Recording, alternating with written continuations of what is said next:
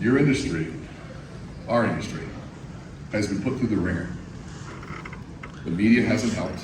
In fact, I can sum it up by saying this. I was doing a keynote, and this was about 3 years ago, and they hired a comedian from Comedy Central to be the opening act. And I thought, okay, I don't think they know what they're in for. And the comic started off with saying, oh, hey, great, kind of feeling out the crowd. How many people have been in the business 5 years? Hands go up. 10 years. Little hands go up. Anybody more than 15 years? A few hands go up and goes, wow, God, I thought I recognized you guys from the Big Short. I'm dying laughing. Not a single other person in there. They're like, what? But I share that story with you because that's a reflection of how sometimes the world sees this industry. And we have the chance to change that.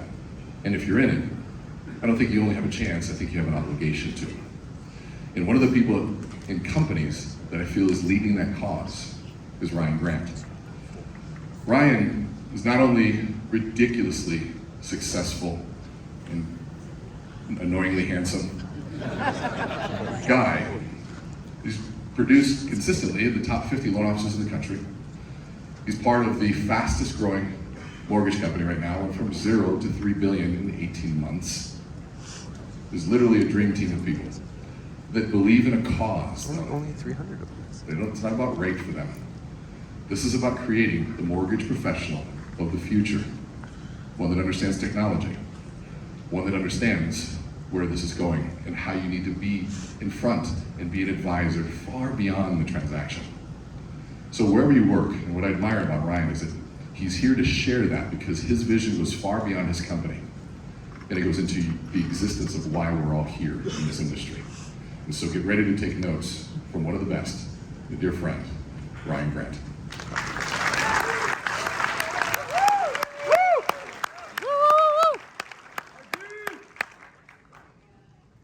Good morning, everybody. Give it up for Renee earlier, yeah?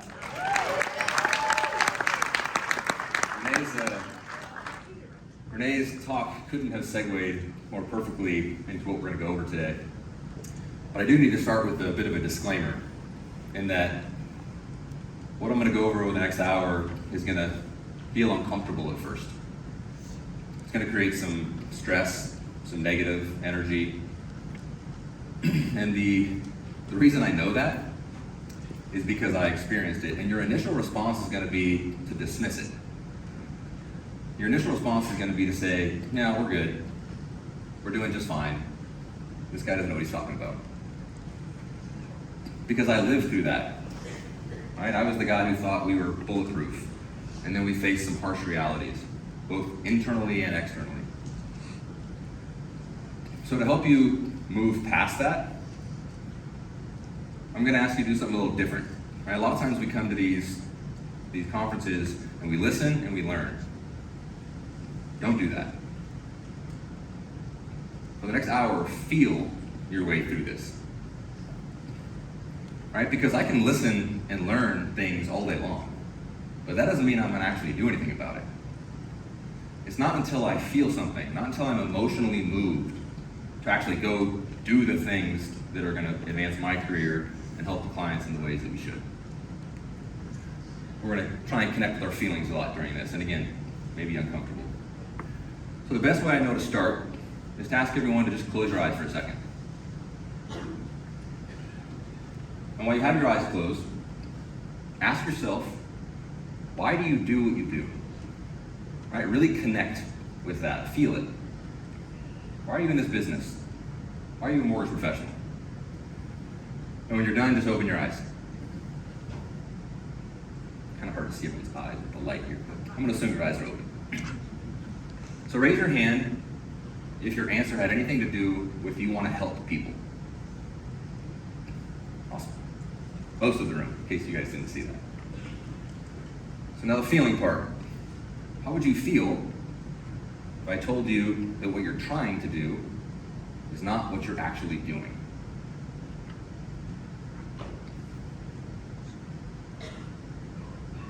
That's where I struggled. Right? That's where I really had to figure out my path And look, this is not an accusatory statement. Right? This is something that if we can learn and get past and start to implement, we can completely change our careers and become the mortgage professional of the future. And like, look, this is not the mortgage professional of the future that your clients need you to be. This is the mortgage professional of the future that you need to be. Right? Because the communities you serve are going to demand this over time. They are really going to need you in a way they need you today. And I'm going to make that clear by pointing out a couple obvious truths here. All right, just stay curious and ask yourself, what if he's right? So the first thing I'm going to point out is that we are all the same. Uh-oh. Right?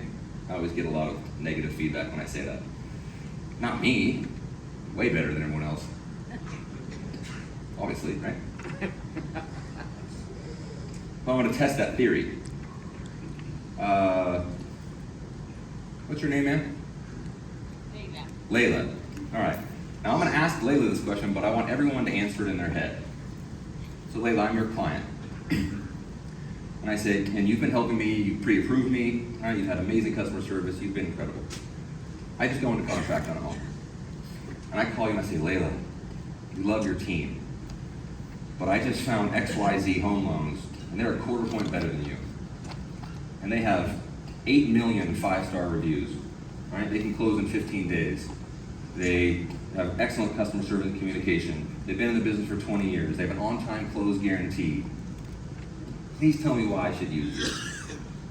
You don't have to answer that question, Layla. Nobody ever wants to answer that question, I promise you. How do you answer that? And I ask that to almost every mortgage professional I come across, and it's a deer in headlights almost every time. And you wonder, well, that's what I say, right? Like, you took all my weapons away. I did that to make that point very clear. We're all selling the same product. Second point that we have to really sit with is we're giving clients what they want, but we're not giving them what they need. So I'm going to try and make that point clear. Show me your hand. Raise your hand super high if you have got any sort of formal education in personal real estate or personal finance prior to getting in the mortgage or real estate industry. Okay, there's some alligator arms, but maybe 10% of this audience. Which is normal, right? Because we don't teach real estate or finance anywhere in our society. Second question. Raise your hand really high if you're let's not do 100%. If you're 90% confident that you're doing all the right things in your own life in real estate or finance, if you're so confident in your own plan, show of hands. Yeah. Please look around. Take a survey. What the hell do we think our clients are thinking? We're a room full of mortgage professionals and we don't have that plan. Right? We don't know what we are doing in our own lives for the most part. So why are we making the assumptions that our clients will do that? 70% of homeowners have some form of regret within the first year of buying a home. And then a lot of regrets after. At this point, you're probably wondering, okay, we get it. What's the problem? How do we solve it? So to help you understand a little about how we came to this realization, maybe understanding my journey might help. Growing up, I was middle class, upper middle class for my town, right? But I saw real wealth and I saw real poverty. My dad's here in the audience, and he can tell you I was always fascinated by the haves and the have-nots. Why did some people have so much, and some people had so little? So when I got in the mortgage business, I was like, awesome, I'm going to figure this out. Right? I'm going to learn about real estate and personal finance and wealth generational wealth. That didn't happen. They don't teach us that. They teach us how to sell loans. Right? They teach us how to calculate DTI, how to check the right boxes, and how to say the same damn thing as everyone else. So, through different iterations of my career, through building a phenomenal team, through really focusing on customer service and communication and all the things I just told her not to say, we built a pretty great business. Right? Number one in Orange County, top 25 in the country. From the outsider's perspective, it looked great. But if you would have asked me what I did for a living, I would say, I'm in the mortgage business. People who were in the mortgage business saw me and they were like, why do you not seem happy about this? And I wasn't proud of the fact that I was being celebrated for selling debt to more people than others. That didn't land well with me. I didn't feel like that's what I was put on this earth to do. Secondly, we started losing clients. You all remember in 2018, rates started to kind of climb up for the first time in almost 10 years. We had clients come to us and say, same thing, Ryan, we love you and your team, but Loan Monkey is a quarter point better. That's a real name of a mortgage company. I don't know who chose that, and we lost to them. You have to do some real soul searching when you think you're a good mortgage professional and you lose to Loan Monkey.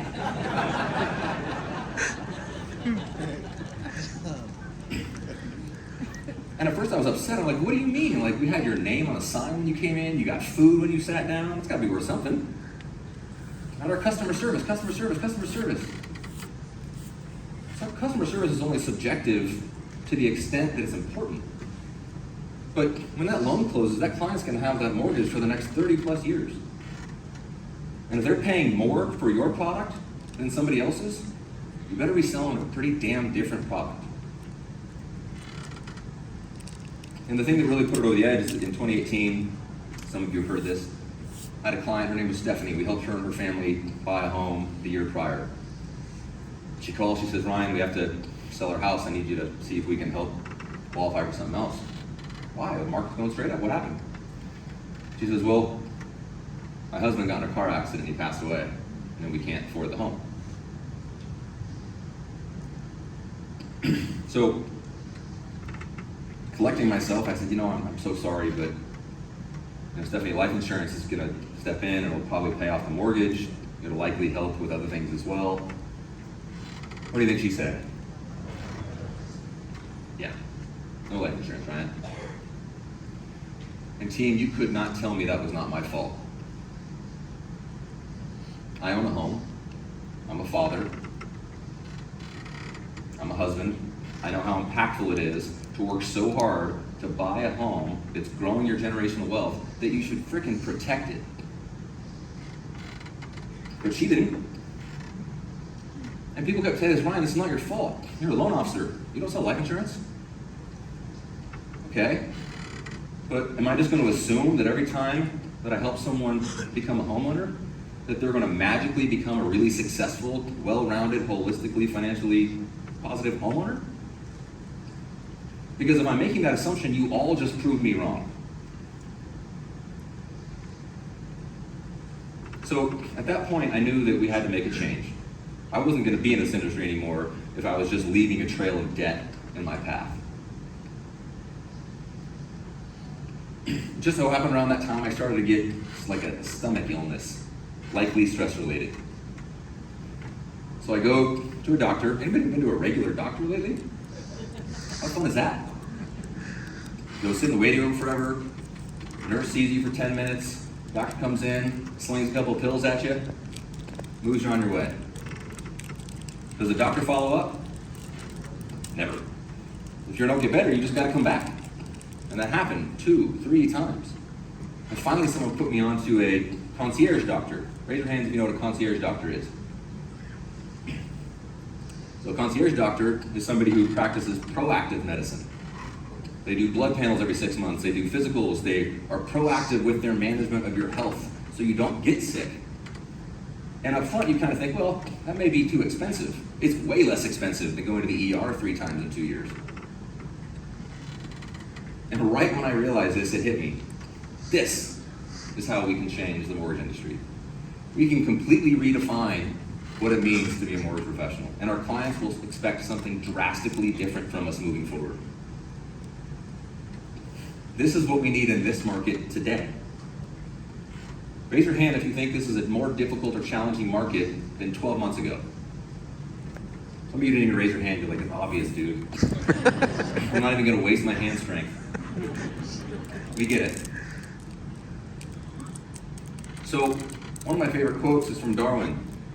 Darwin says, it's not the strongest species that survive. It's not the smartest species that survive. It's the species that are most adaptive to change that survive and thrive. This industry is a bunch of melting ice cubes. If we don't change and adapt and evolve and become more and deliver more value to the people that we serve, we won't make it. Right? We have to either be the cheapest or the most valuable. So to make this abundantly clear, I'm going to show you what our status quo is right now. And I'm going to do this fairly quickly. First thing, we wait for the consumer to decide to buy, sell, or finance a home. Right? They come up with the idea, then they reach out. They go online, they put in their information, talk to a friend, they get referred. Somehow they expose themselves that they are a potential buyer, seller, or financer of a property. And then from there, speed, right? Everyone hears speed to lead, which is complete horseshit. Right? You call, get in front of them, speak, call again. First of all, nobody wants that. And then next, try and create a relationship. You sell trust. You sell relationship. Because what else do we got, right? We're selling chocolate vanilla. Then they have to pick you out of 400,000 licensed mortgage professionals in the country. From there, you give them great customer service. Great customer service, right? Because that's what we do with a commoditized product. That's how we separate ourselves. And then, spam them for 30 years. Recipe emails. Don't forget to change your clock. Like your phone doesn't do that for you. Right? Pies on Thanksgiving if you're a real estate professional, which nobody wants. And then our assumptions start, right? I assume that because I helped Tom buy a home, that he's gonna magically become a really successful homeowner. So now I'm gonna have to explain why these really don't work. I'm not gonna make everyone do this, but maybe if you have your phone out and you just wanna type in real estate market in Google, I'll tell you what it says. I did it right before coming on. America's fastest housing market is cooling. These are the 10 fastest cooling real estate markets. US home prices fell. Personal wealth is in danger zone. Home prices keep falling. Who's super excited to buy a house? Does that get everyone pumped up? You know, your clients come to you. I just read an article. First of all, you barely read the headline. You didn't read the article. If you would have read the article, it didn't actually say that. But we're assuming that our clients are going to figure out when they should buy, sell, or finance a home, all on their own. And we can't do that. We're not doing that. I just had 3 alligator arms go up when I asked the question. So that's not going to work. Right? We need to be the ones reaching out to them. Next, those 2 things, there's no chance. You think we're going to be Quicken and Zillow and Better and all these publicly traded companies that have more money than all of us put together? Do you think we're going to get the data faster? Do you think we're going to connect? They have thousands of people. Anyone have their credit pulled lately? If so, your phone's ringing right now. And again now. Right? We're not going to beat the reach out and be fast and find them. Right? We need to create it, and I'll show you how to do that here in a second. The relationship thing. Raise your hand if you read The Challenger Sale. You know, one of mine and Dave Savage's favorite books. We geek out on that book a lot. Challenger Sale premise is that there's 5 different types of sales avatars in any industry. And everybody's common belief or myth is that the person who has the best relationships wins. Right? Best relationships with their realtors, best relationships with their clients, all have amazing relationships. They finish dead last amongst all 5 avatars. But the person who finishes first is the challenger salesperson. And the challenger salesperson is someone who solves problems the client didn't even know they had, provides value they didn't know they needed, and continues to do that in a way the client was never expecting. Right? So please don't focus on relationships.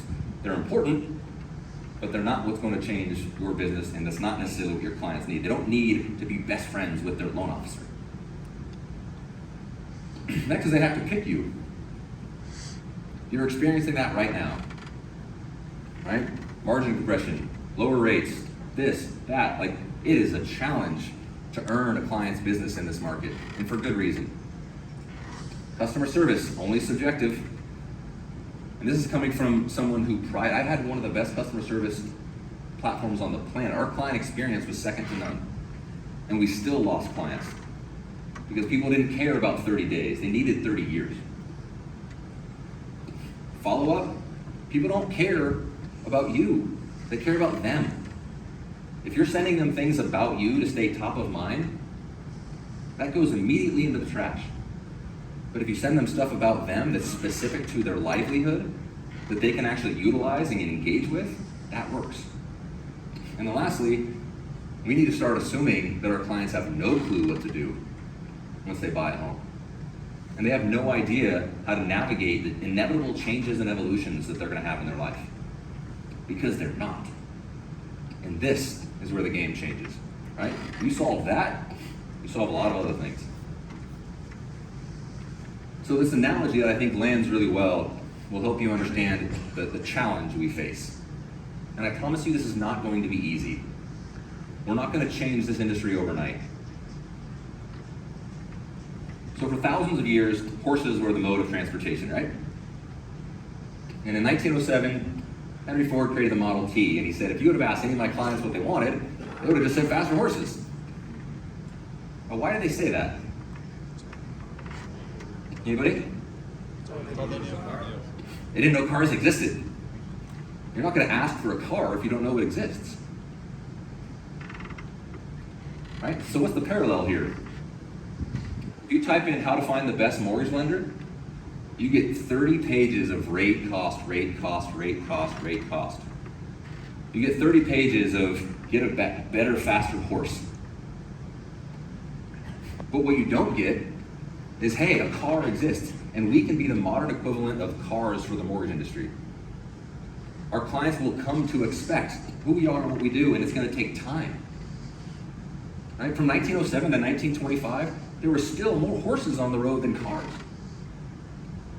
And it was pretty obvious that what clients wanted was faster horses, but when they realized, oh shit, what I really need is a car, they started to move that direction. This is what we need to become. We need to be the cars of the mortgage industry. So I'm going to go quickly through the average versus the future you. Average mortgage professional creates an existing market space. Status quo, we're competing against each other, we use the same rules, right? It's more of a finite game mentality. The professional of the future is an infinite game mentality, uncontested space, no rules, completely changing the product that we offer. Because what we're all trying to do for the most part is we're trying to beat the competition. Right? Be faster, make more calls, go to more open houses, sell lower rates, be cheaper, be cheaper, be cheaper. But that's not what we're trying to do. We just made the competition irrelevant. We're selling a different product. We're telling a different story.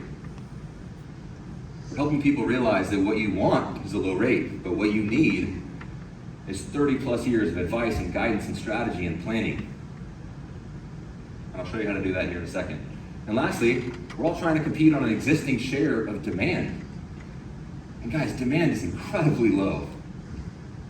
And that's like the biggest no shit moment of the conference. Right? People are not super excited to go trade in their 2.5% on their home for a 6.5% on their new one. And refinances aren't all that popular.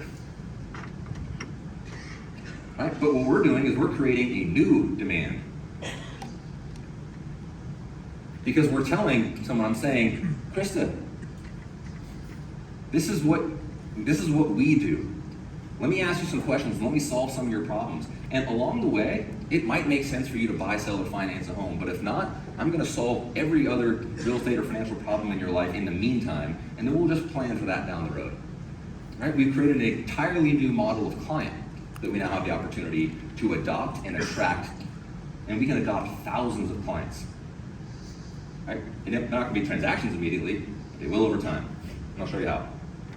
There's a process that we really need to be focused on as we go through this. I'm going to explain the current process and the future process for each one of these things. And you guys, you don't need to take pictures of these. You can if you want, but you can just reach out on Instagram or whatever, and I'll send you the whole deck. We'll send you the recording. So, step one is discovery. We can do this with every human being on the planet right now. There's not a single person.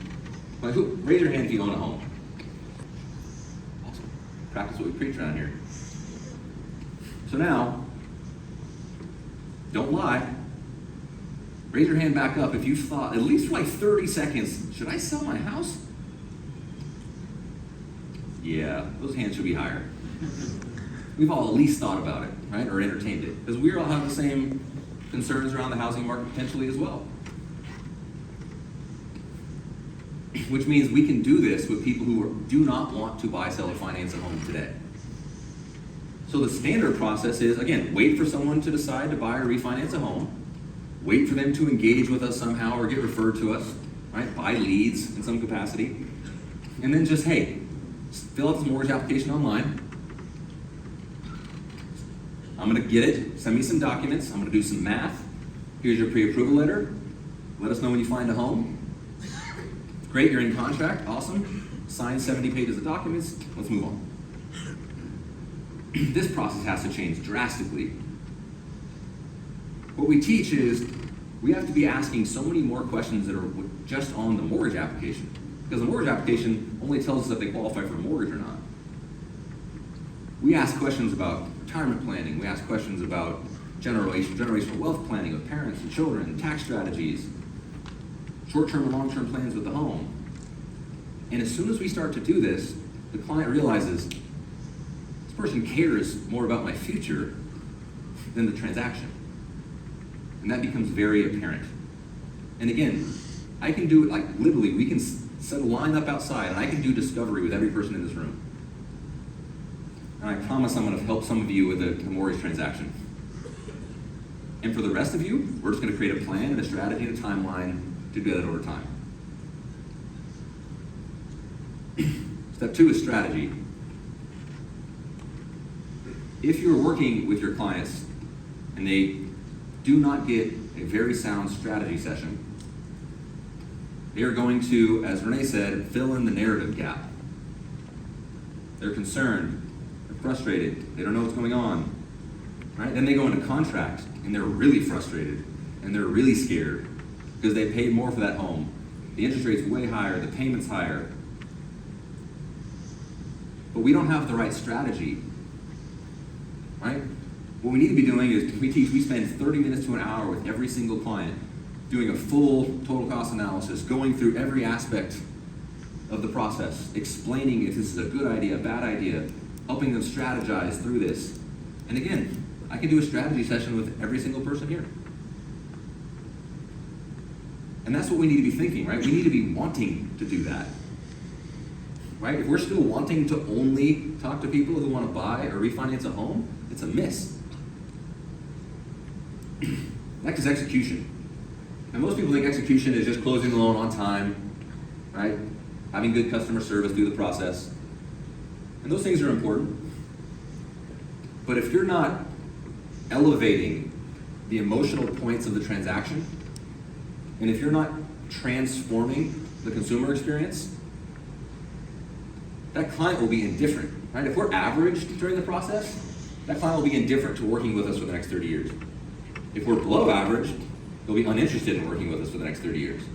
But if we are phenomenal, right, they will not only want to stay engaged, they will become somewhat dependent on us in every aspect of real estate or finance because we've told them that is our commitment.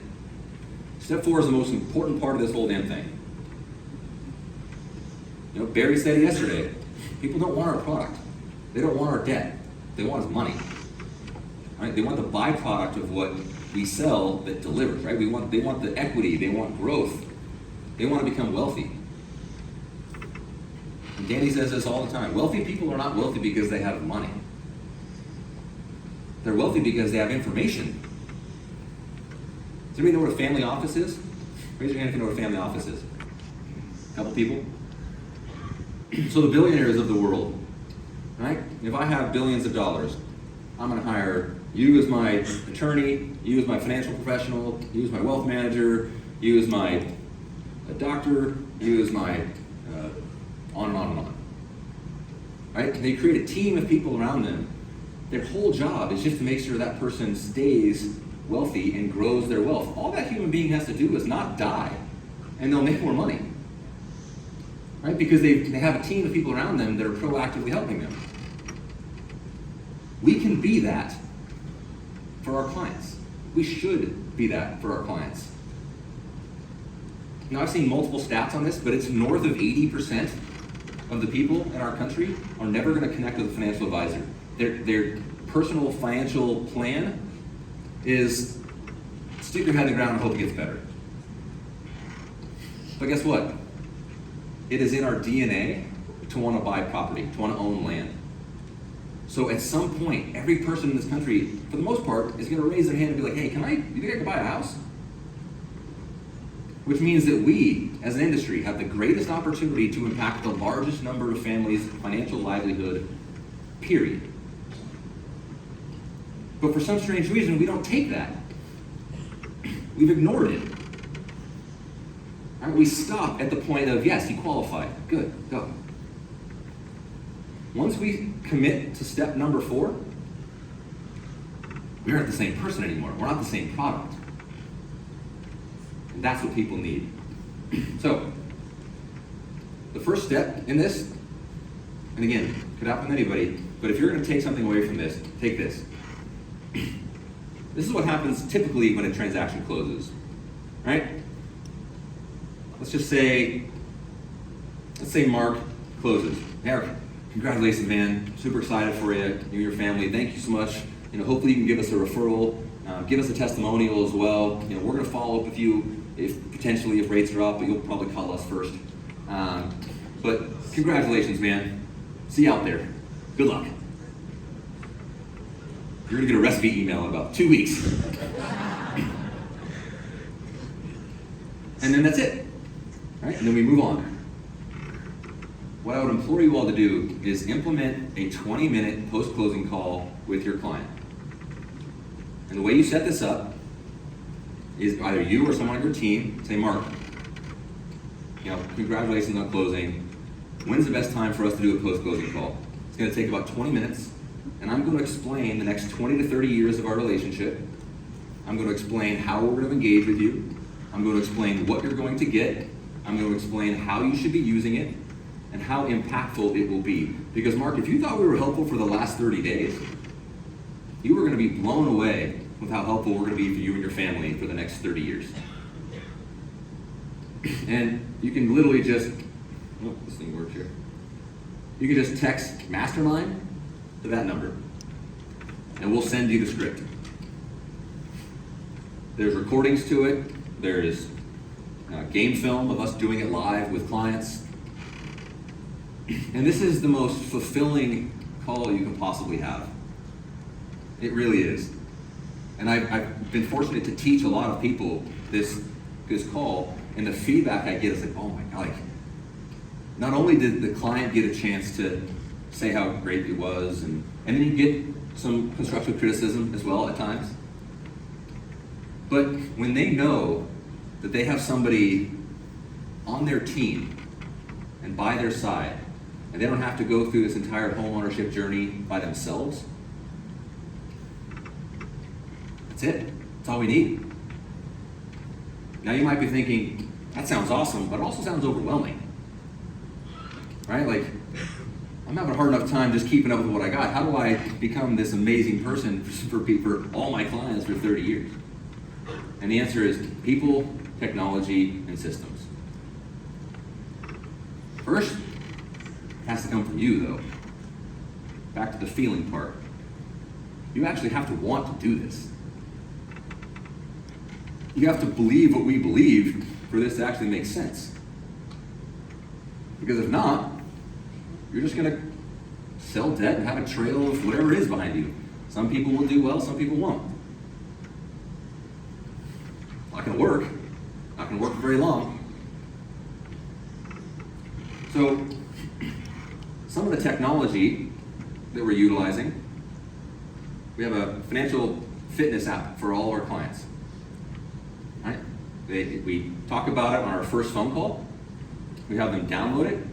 We have them connect all their bank statements. Right? And then on a consistent basis, they're seeing us, and you're going to see this more. Josh is coming up next, and he's going to talk about what's called a transaction interaction frequency spectrum. I said it right. Super hard to say. Premise is your clients need to be seeing you and engaging with you way more often than they are. And this is how that works. They see you every time they're in the app. They're checking their home valuation. They're setting goals. I'm going to repeat that. They're setting goals. Right?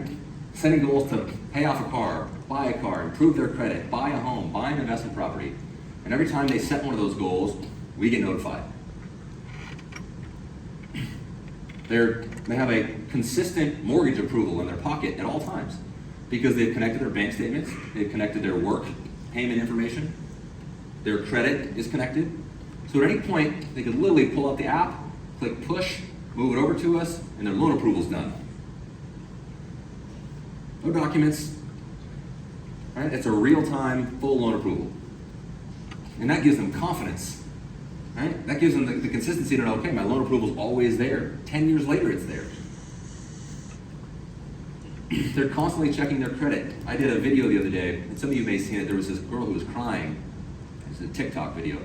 She's crying because she couldn't get approved for a home loan because she opened a $9 Home Depot credit card for a can of paint.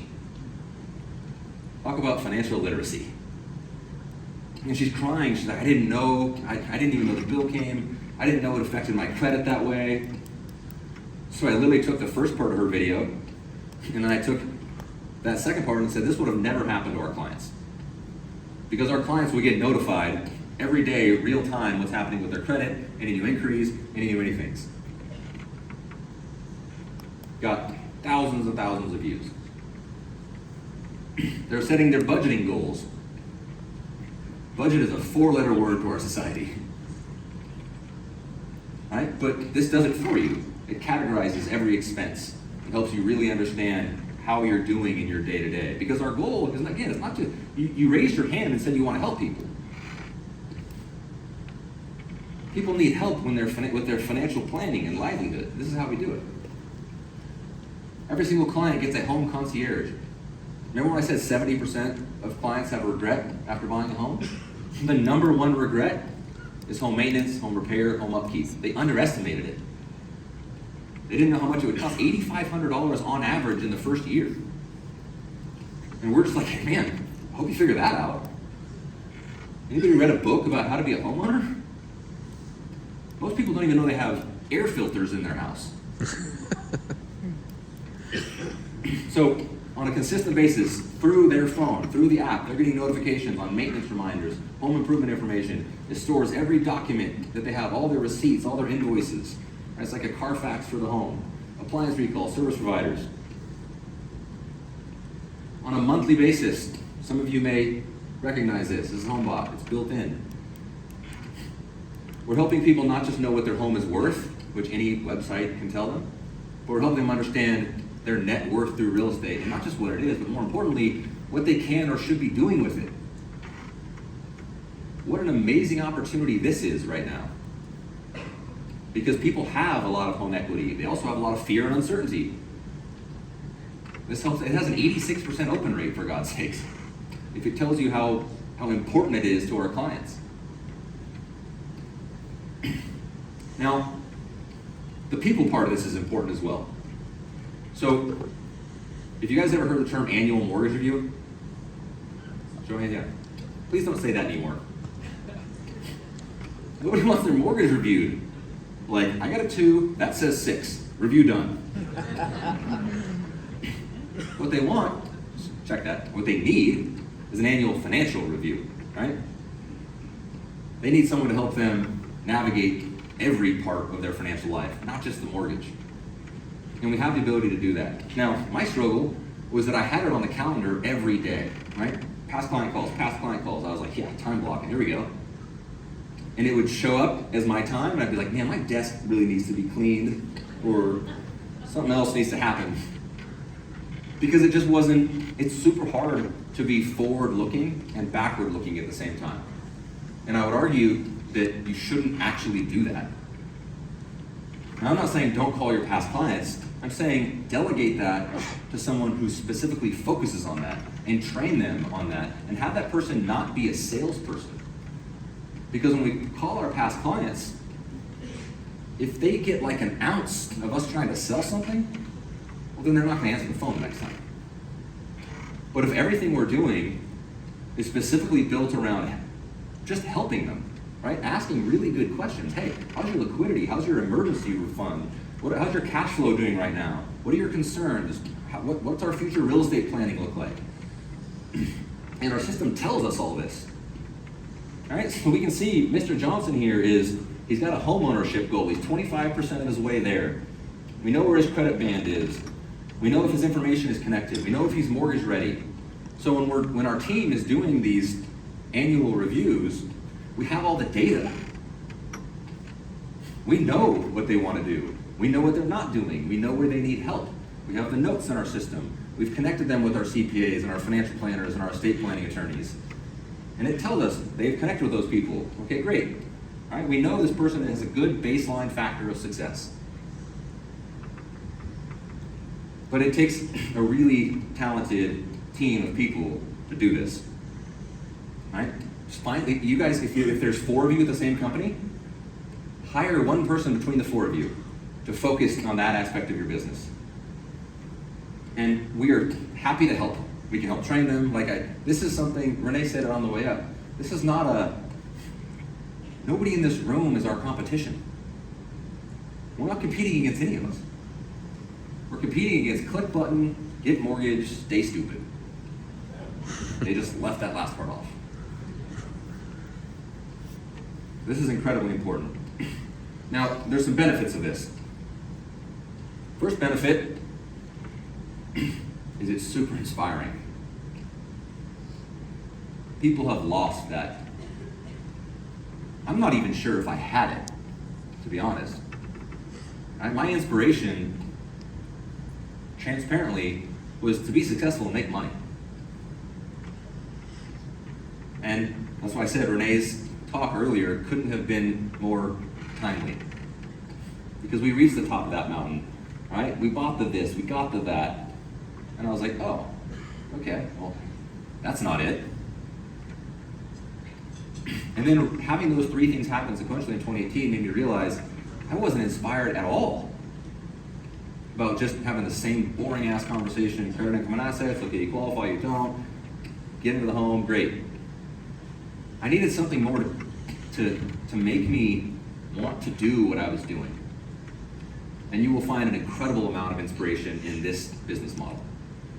Next is your team and you will feel much safer because the market becomes less important. It doesn't matter what, we don't have to ride the roller coaster. I'm tired of hearing people say, oh yeah, I'm a $100 million originator, I'm gonna do about 40 this year.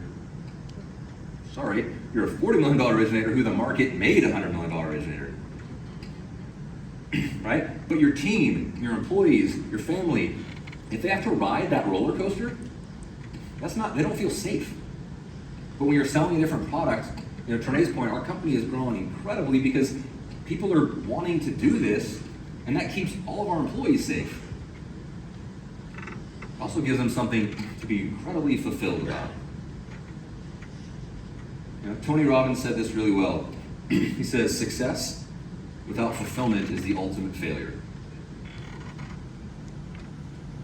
How many of you want to get to the end of your career and wonder how my clients are doing? I know I'm going to get to the end of my career and I'm going to have real detailed information on exactly how well all my clients are doing. And I'm going to feel responsible for it, for better or for worse. And that's a really fulfilling thing. And that's something that as an industry, we really haven't had. Our fulfillment has been more personal than external. So now quickly, I'm going to go through the selfish parts of this. Right? The selfless part is that we're going to impact the lives of the communities that we serve in a way that we're super proud of. And that may resonate with some of you, it may not. Again, feel that. If that makes the hair stand up, good. But if not, let's try these, right? Outside game, increase conversion. Since we started doing this, our conversion is incredibly better, and especially today. Now it's more challenging, right? We're having to have more conversations. But when we interact and engage with our clients, conversion is a lot better when you're selling a different product. Next is database engagement. And this is not what goes out to your database. This is the engagement with your database. This is the back and forth. This is the actual tangible impact that you're having. And that skyrockets. Next is enhanced lead generation. Because every single one of you could become our client right now. I could put a QR code up there.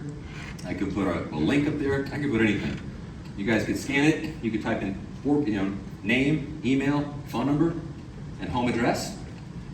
And you could get every single thing that I just showed. Home concierge, monthly real estate wealth digest, annual financial review, team of people reaching out to help you ask and answer questions, right? Relocation technology. You'd get more value from someone you've never met than your realtor or your lender that you've known for the past 20 years.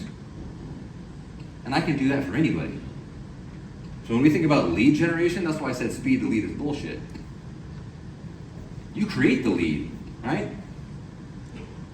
We can't wait for people to decide, nor should we, right? We create it in advance.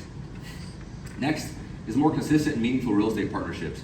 Team, if you think we need a value proposition right now, our partners really need a value proposition. And it's amazing when our real estate agents get to go tell their clients, hey, any realtor will help you sell a home. And I do the same thing. I did a realtor presentation on the same exact topic yesterday. And I asked the real estate agent, hey, why you when you can't say this, and this? And they go. And I say, what if you could say, look, I'm not only going to help you buy a home, but my team and I are going to help you for the next 30 years, not just own a home, but to become a really successful homeowner. And I promise you, we're going to grow your generational wealth as a team. That's why you should choose us as a real estate professional. Holy shit. They want that. They need that. Right? And they can only say that if they work with a mortgage professional that actually does it. Right? Again, they need to be inspired. They need to be fulfilled. Next is our alternative business partner acquisition. I have a standing bet with our whole company. You go meet with a CPA, a financial planner, or estate planning attorney. You show them what we do. And if you don't earn their business, I'll give you $100. Guess how many $100 I've had to pay? 0. Because we become a massive part of their business at that point, right? But more importantly, we need them, right? Because when Heather comes to me and says, I have $400,000 in a checking account, I say, okay, we need to fix that. I need to be able to put her in touch with a financial planner that I know is going to help her. All right, so I need those partners just as much as they need me. Next is our corporate affiliations. So this same differentiated model helped us become the preferred lender for Facebook.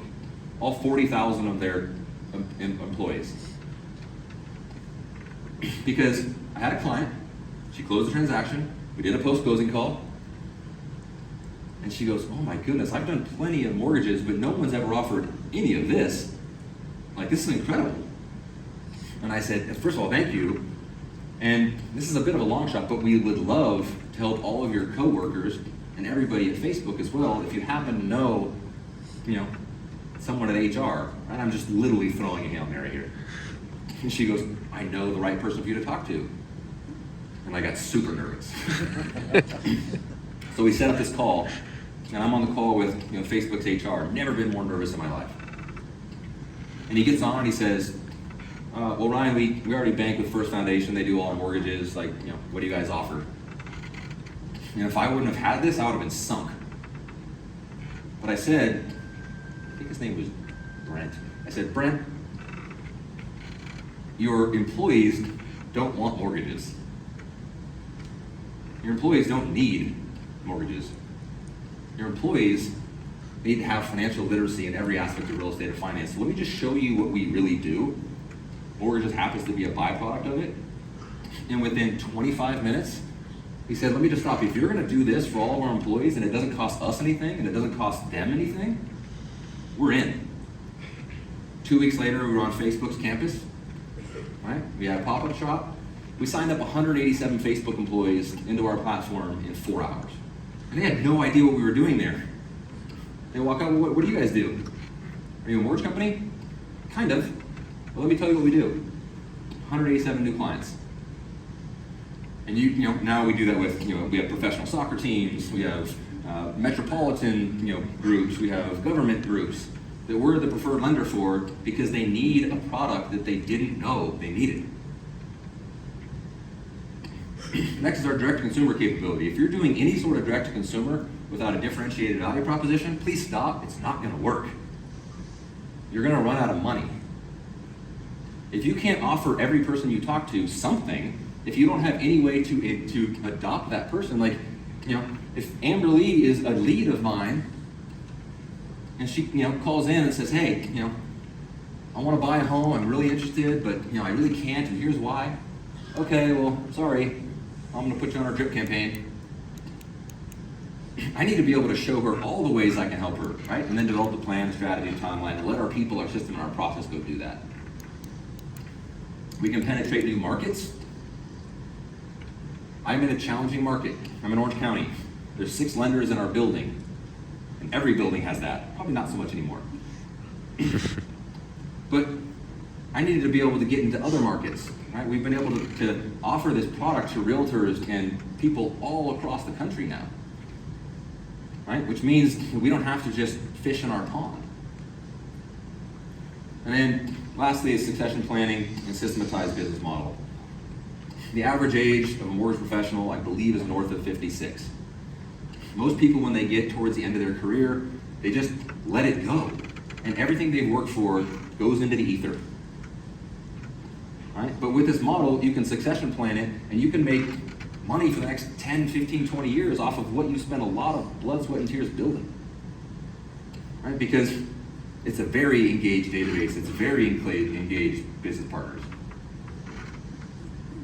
So at this point, you know what to do. Somebody said something to me the other day. They said, motivation without education equals frustration. If you guys are ready to run through a wall right now, I'm like, yes, let's do this. Let's change the industry. But I don't tell you how. It's gonna be super frustrating. Now the actual blueprint of it just takes a lot longer. We only have 5 minutes left. But I'm gonna start with 3 things that will help. And again, feel free to reach out, and we'd love to help in any way that we can. First is mindset.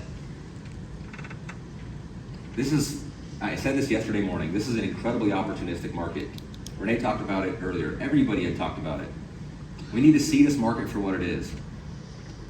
The people that get paid the most solve the most problems. And there are a lot of problems right now. Right? And we can go solve them with this philosophy. Next is collaboration. There's no chance any of us would be here if we didn't have a phenomenal team around us. And I used to always think, how am I going to do X? How am I going to do Y? And it was only when I stopped asking how and I started asking who made all the difference in the world. Right? Because the people that you get to work with get to extend your opportunity way greater than you ever could. And if you want to write one thing down or take one bullet point away from this, it's this. You need to be, right now more than ever, surrounding yourself with people that remind you more of the future than of the past. Because our past for the last 10 years was pretty good. Our past for the last 3 years was really good. And I keep finding people chasing that past. I had a coaching call the other day with one of our people, and he said, yeah, man, as soon as we get through this market, And I said, can we just stop saying that? We're not getting through a market. This is the market. This is the opportunity. Right? And I said, look, that's a very reminding me of the past statement. And we don't want that. You have to be surrounded, whether it's your team, whether it's your company, whether it's your realtor partners, whether it's your friends, whomever it is that are in your circle. If they're not reminding you of a better future, and they just keep talking about the past, that's the wrong group. And then lastly is the evolution of your career. Like I realized early on, you get paid for what you do in the beginning of your career. But as you evolve, as you become more, as you create more, at the end of your career, you get paid for who you become. And we have to keep evolving. We can't keep doing the same things. None of us want to wake up when we're at the either end of our career, end of our lives, and realize we've lived the 80% version of ourselves. There's a quote that literally drives me every day. It says the definition of hell is when you die, the person who you are meets the person that you could have been at your fullest potential. Literally hair on my arm. I say it all the time and it never stops. That should scare you. It should move you. It should make you want to do things very different than you're doing today. So I'm going to end with this story here. Raise your hand if you've heard of Virgin Cola. No one's heard of Virgin Cola? One person heard of Virgin Cola, okay. So Virgin Cola was a soft drink that Richard Branson created back in the 90s. And he did blind taste tests against Coke and Pepsi, and it won every time. It was like legitimately a better product. And then he launched it in true Branson fashion. He put a bunch of Coke and Pepsi cans in Times Square and ran over them with a tank. That was like his, US launch. And then Coke found out, and they chuckled. And because they have more money, more reach, more power, they just stepped on them. Said, nope, this isn't happening.